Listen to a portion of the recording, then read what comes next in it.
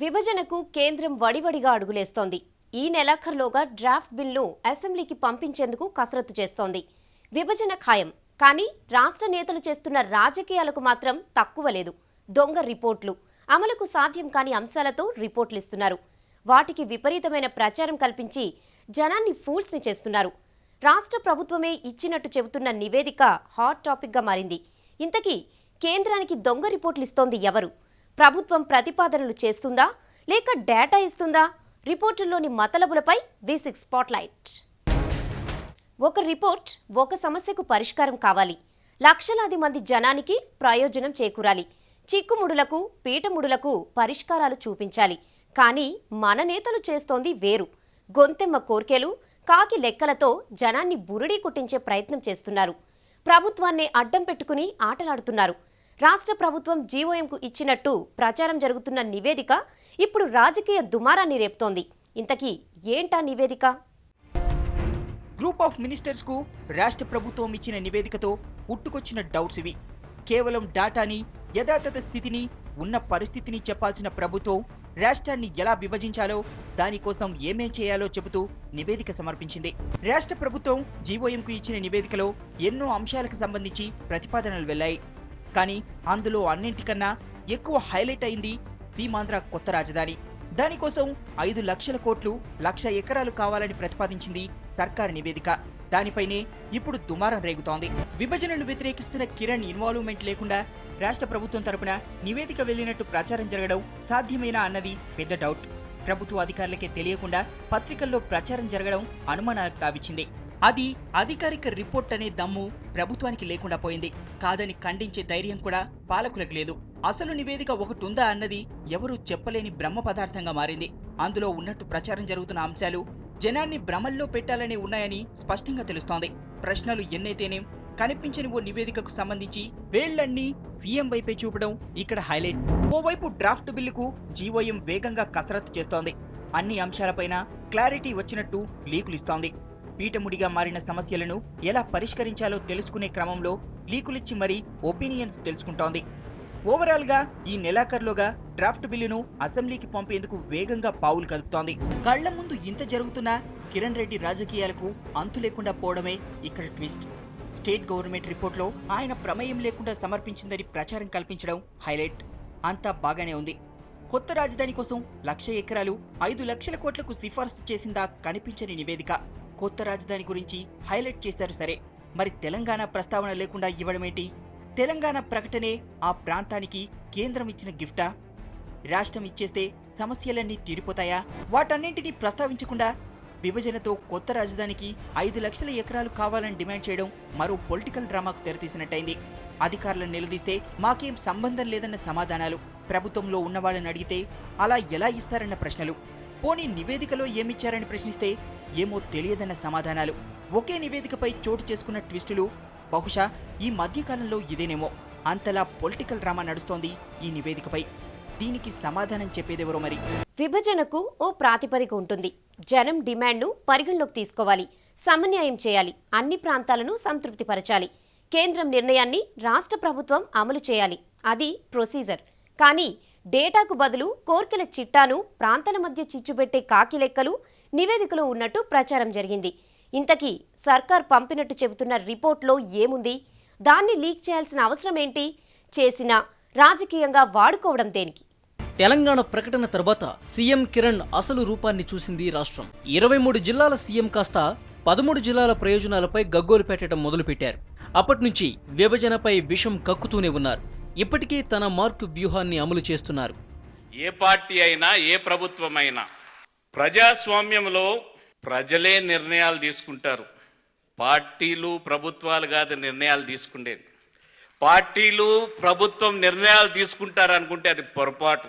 పార్టీలు, ప్రభుత్వాలు సరైన నిర్ణయాలు తీసుకోకన్నా ఉంటే మనకున్న డెమోక్రసీలో మనకు సెలవు ప్రకటిస్తారు ప్రజలు.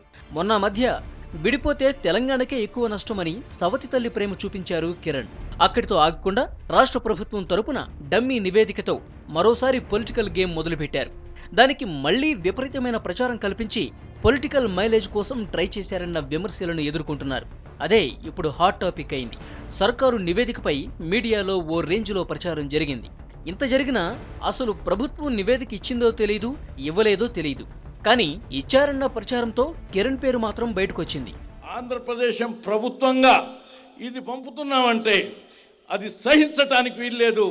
భారత ప్రభుత్వం దాన్ని నిరాకరించాలని సభాముఖంగా నేను ఏదైతే ప్రభుత్వంలో మేమందరం భాగస్వాములం, మా అందరినీ కన్సల్ట్ చేసి మంత్రివర్గంలో ప్రభుత్వ సిఫారసులు పోకుండా అవి ప్రభుత్వ సిఫారసులు కావు అని చెప్పటానికి సందేహించడానికి వీల్లేదు. అంతేకాదు, ఒకవేళ మళ్ళీ ఇటువంటి విషయాలు ఎప్పుడైనా ప్రభుత్వంలో చర్చించి పంపటము లేదంటే వ్యక్తిగతంగా ఎవరైనా మంత్రుల బృందానికి తెలియజేసుకోవాలి తప్ప ప్రభుత్వ పరంగా పంపటానికి వీల్లేదని చెప్పి నేను ఖండిస్తున్నాను. విభజన ఖాయమని తెలుసు, ఎలా విభజించాలో కేంద్రానికి ఫుల్ క్లారిటీ వచ్చింది. ఇప్పుడు రాష్ట్ర నేతలు పార్టీల అభిప్రాయాల కన్నా శ్రీకృష్ణ కమిటీ రిపోర్ట్ ఏం చేయాలో క్లియర్ కట్గా చెప్పింది. దాన్ని ఫాలో అవుతూనే విభజన విషయంలో వ్యతిరేకత ఎదురవకుండా జాగ్రత్తగా డీల్ చేస్తూ పోతోంది. కొన్ని సమస్యలు అడ్డు తగులుతున్నా పరిష్కారాల కోసం లోతైన విశ్లేషణ చేస్తోంది. అంతా చూస్తున్న సీఎం కిరణ్ మాత్రం ఇంకా జనాన్ని భ్రమల్లో ఉంచే ప్రయత్నం చేస్తున్నారన్న విమర్శలొస్తున్నాయి. నిజానికి రాష్ట్ర ప్రభుత్వం జీఓఎంకి ఇచ్చిందనుకుంటున్న నివేదికలోని చాలా అంశాలు వివాదాలకు కేంద్ర బిందువవుతోంది. కొత్త రాజధానికి 1,00,000 ఎకరాలు, 5 లక్షల కోట్ల ప్యాకేజీ సంగతి పక్కన పెడితే భద్రాచలం విలీనం, హైదరాబాద్ స్టేటస్, స్థానికతపై ఏకాభిప్రాయం లాంటి అంశాలను ఇందులో ప్రస్తావించారు. నిజానికి సర్కారు కేంద్రానికి అడిగిన డేటా ఇవ్వటం సంప్రదాయం, యథాతథంగా ఉన్న స్థితిని చెప్పడం కర్తవ్యం. విభజన విషయంలో కేంద్రం చెప్పిన డైరెక్షన్లో ముందుకు సాగటం అసలు పని. కొద్ది రోజుల క్రితం కేంద్ర హోంశాఖ రాష్ట్ర ప్రభుత్వంలోని అన్ని శాఖల అధికారులను కలిసి నివేదికలు సేకరించింది. ఆస్తులు, అప్పులు, నీళ్లు, నిధులు, పవర్, బోర్డర్స్ లాంటి అంశాలతో పాటు ప్రాంతాల మధ్య పంపిణీ ఎలా చేయాలన్న దానిపై సలహాలు, సూచనలు తీసుకుంది హోంశాఖ. అక్కడితో టాస్క్ అయిపోయిందనే భావించారంతా. కానీ జీఓఎంకు సర్కారు అధికారిక నివేదిక సమర్పించినట్టు లీకులివ్వటమే అసలు ట్విస్ట్. సర్కారు జీఓఎంకు అధికారిక నివేదిక ఇవ్వటంలో తప్పులేదన్నది నిపుణుల అభిప్రాయం. ఇచ్చినా అది కూడా అన్ని ప్రాంతాలకు న్యాయం జరిగేలా ప్రతిపాదనలు చేస్తే నో ప్రాబ్లం. కానీ కిరణ్ సర్కార్ లీక్ చేసిన నివేదిక అలా కాదు. కంప్లీట్గా ఆచరణ సాధ్యం కాని కోరికలు. కొత్త రాజధాని అంశం హైదరాబాద్ చుట్టే తిరిగింది తప్ప మొత్తం రాష్ట్రం మీద ఫోకస్ చేయకపోవటం విశేషం. అందుకే అది విమర్శలకు టార్గెట్ అయింది. నిజానికి నివేదిక ఇస్తే దాన్ని సర్కారు తరపున అధికారులైనా క్లెయిమ్ చేసుకోవాలి, లేకపోతే ప్రభుత్వంలో ఉన్న పాలకులైనా ఓన్ చేసుకోవాలి. కానీ లీక్ అయిన నివేదిక ఎలా వచ్చిందో, ఎవరిచ్చారో, అసలది అధికారిక నివేదికనో కాదో కూడా ఎవరూ చెప్పట్లేదు. దాన్ని లీక్ చేయించారని ఆరోపణలు ఎదుర్కొంటున్న సీఎం వర్గమూ ఖండించలేదు. అదే ఇప్పుడు పొలిటికల్ మిస్టరీగా మారింది. విభజనకు సాధ్యం కాని సూచనలు, ప్రక్రియను మరింత జటిలం చేసే సిఫార్సులు, అసలు విభజనే ఓ బ్రహ్మ పదార్థం అన్నట్టు చూపించింది లీక్ అయిన నివేదిక. ఇంతకీ రిపోర్ట్లో ఏముంది? దానికి మీడియా ఎందుకు ప్రచారం కల్పించింది? అసలు కుట్ర ఎవరిది? రాష్ట్ర ప్రభుత్వం జీఓఎంకి ఇచ్చిందని ప్రచారం జరుగుతున్న నివేదికలో కీలక అంశాలివి. రాష్ట్ర ప్రభుత్వం అధికారికంగా అయితే ఇలాంటి నివేదిక ఇస్తుందా? అధికారులు అంత గుడ్డిగా ఎలా తయారు చేశారు? సీఎంకు ఒకవేళ ఇచ్చారే అనుకుందాం, మరి దాన్ని ఎందుకు క్లెయిమ్ చేసుకోవట్లేదు? సర్కారీ లీక్ నివేదికతో ఈ అనుమానాలన్నీ తెరపైకొచ్చాయి. కానీ దేనిపైన క్లారిటీ లేదు. ఎవరు నోరు విప్పి సమాధానం చెప్పారు?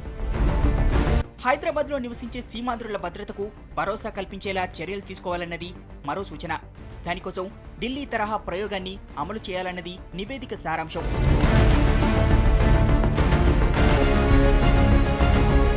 దాంతోపాటు ఈ 10 ఏళ్ల కాలంలో land order, land revenue, town planning, municipal లాంటి అంశాలన్నీ కేంద్రం పరిధిలో ఉంచుకోవాలని రాష్ట్ర ప్రభుత్వం సూచించినట్టు తెలుస్తోంది. వాటితో పాటు వెనుకబడిన ప్రాంతాల అభివృద్ధి కోసం ప్రత్యేక ప్యాకేజీ, జలయజ్ఞం ప్రాజెక్టుల పూర్తికి 1,00,000 కోట్ల ప్యాకేజీ, 371D అంశంపై సూచనలు నివేదికలో పొందుపరిచినట్టు ప్రచారం జరుగుతోంది.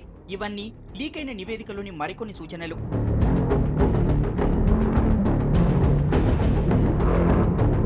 రాష్ట్ర విభజనపై కేంద్రం వేగంగా ముందుకెళ్తోంది.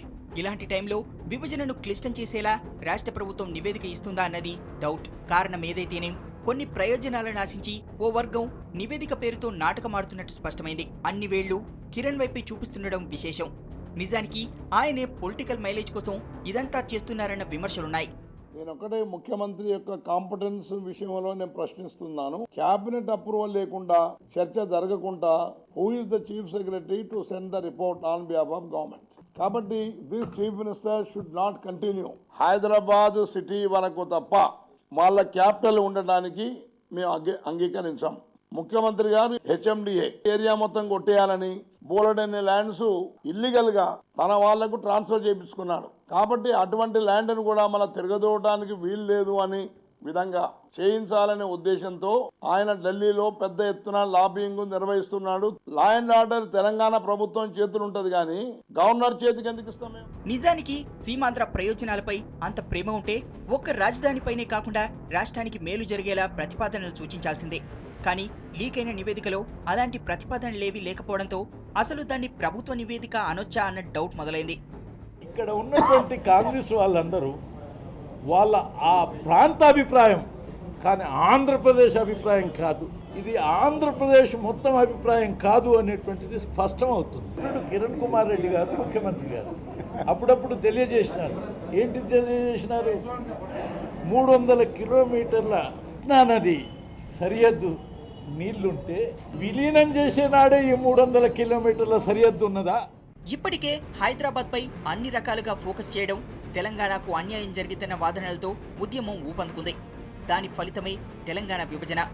సీమాంధ్రలోనూ అభివృద్ధిని అలాగే ఒకే ఏరియాపై కేంద్రీకరిస్తే అలాంటి ఫలితాలే వస్తాయన్న విషయాన్ని మర్చిపోయి రాజకీయాలు చేస్తున్నారు.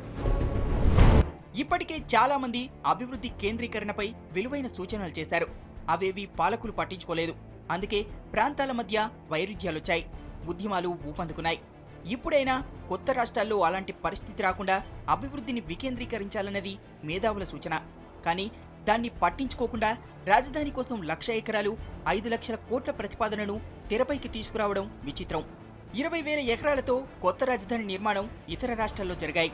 కానీ కాకి లెక్కలు, గొంతెమ్మ కోరికలను బయటపెట్టి విభజన ప్రక్రియను జటిలం చేయాలన్నది అసలు వ్యూహంలా కనిపిస్తోందంటున్నారు. అలాగే వ్యవసాయం, పరిశ్రమలు, అసెంబ్లీ, హైకోర్టు లాంటి వాటిని వేరువేరు ప్రాంతాల్లో ఏర్పాటు చేయాలన్న సూచనలను వదిలేసి అన్నీ ఒకే చోట పెట్టే ఉద్దేశంతో అర్థం లేని ప్రతిపాదనలు ప్రచారంలోకి తెచ్చారు.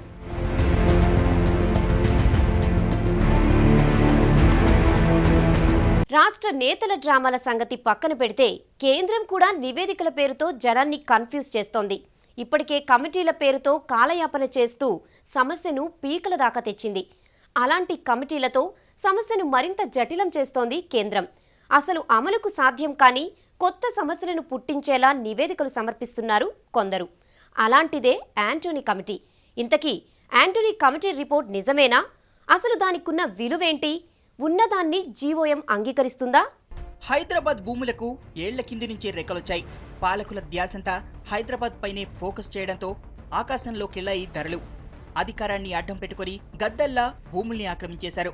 తెలంగాణ ఉద్యమాన్ని ప్రభావితం చేసిన అంశాల్లో హైదరాబాద్ భూముల వ్యవహారం ఒకటి. అలాంటి నగరంలోని భూ హక్కులపై యాంటోనీ కమిటీ చేసిన సిఫార్సులు వివాదాస్పదమయ్యాయి.